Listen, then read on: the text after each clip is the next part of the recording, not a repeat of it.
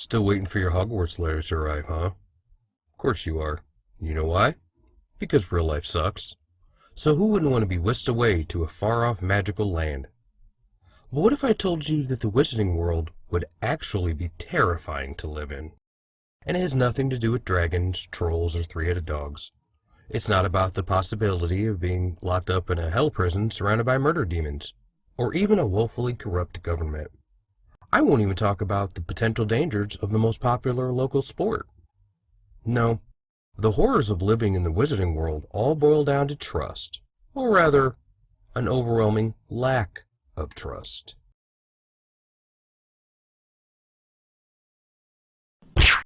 Oh, nothing.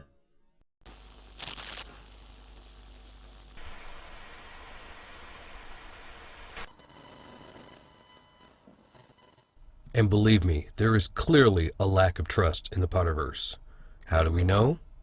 Well, for starters, we have things like blood pacts and the unbreakable vow. Hey, I know you said you love me and everything, but just to be sure you never try to kill me, how's about a simple blood pact? Or, I know you gave me your word on a particular matter, but maybe you should take the unbreakable vow? Think about that. In business, if you break a promise, you're sued.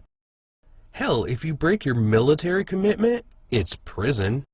Not for witches and wizards. Fail to keep a promise, even if you really tried, death. That right there are folks that don't trust each other. But then again, how could a person have any trust living in that world? For example, it would be nearly impossible to keep a secret or have a private thought or desire. For starters, how about legitimacy?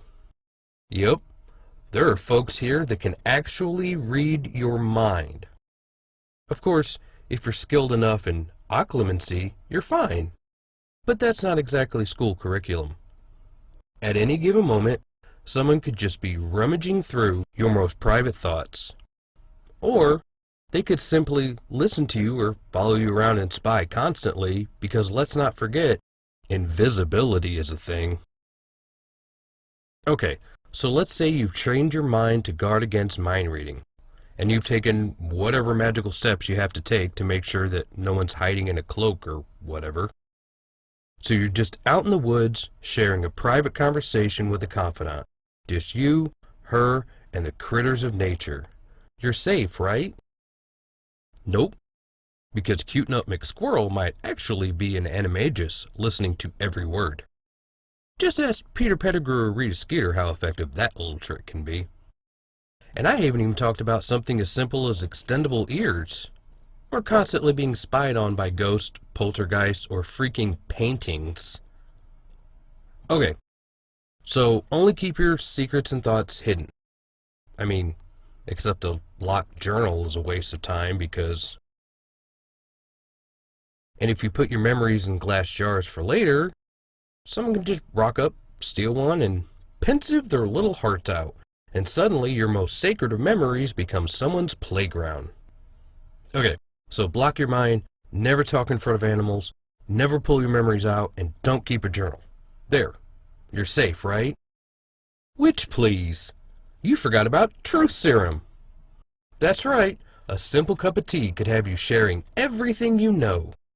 Your privacy is dead in this world. And I haven't even mentioned the Marauders map. Okay, so you can't necessarily have privacy or keep secrets, but you can walk around feeling generally safe, right? Wrong. Because in this Happy Little Children series, freaking anything can be cursed. That's right, everything is a potential threat. Piss off the in-laws the last time they were over? Guess what? Your shower sponge is now designed specifically to kill you. Because Mama don't mess around. Well, that is, if Mama actually did it. Perhaps she made your wife do it because... the Imperius Curse! Yeah, in this world, even if you really don't want to do something, you might have done it completely against your will. So really, you can't even trust yourself. And if you swear it wasn't you, no matter how much you truly believe that, there is every possibility that you've had your memory erased or altered. Because yeah, witches and wizards can do that too. Here in Sucks to Be You land, you aren't even allowed to trust your own thoughts. Fine. So there's a lot you can't trust in the wizarding world. I'll only befriend and trust the toughest, most cautious, most protected magic users in all the land. It might be lonely, but you have to trust someone and feel safe. Aw, you're adorable. You've obviously forgotten about Mad-Eye Moody and the nightmare factory that is Polyjuice Potion. Yep, even the toughest among them can fall victim to clone in a bottle. Talking to your best friend? Maybe you're not. Confessing all to a counselor? Maybe you're not. Having romance time with your partner? Maybe you're not. And if one doesn't have the ingredients or time for that, they can try their luck with a transfiguration spell, because F it, there's always a way to fool you. Then again, maybe it's just a corpse being puppeted by an evil snake lady. Oh, and speaking of romance, there's a chance that you are with the one you love, but there might be a question as to whether or not you actually love them. Because not only can you buy a roofie at the local joke shop, you can also be instructed on how to make one in high school. The phrase, "Don't believe everything you hear and only half of what you see," holds more weight in Harry Potter's world than anywhere else I can think of. It's impossible to completely safeguard or trust your own ears, eyes, body, and mind in this universe. So the next time you think about how grand it would be to live there, remember, you might actually be leaving the cupboard and entering a whole new kind of hell.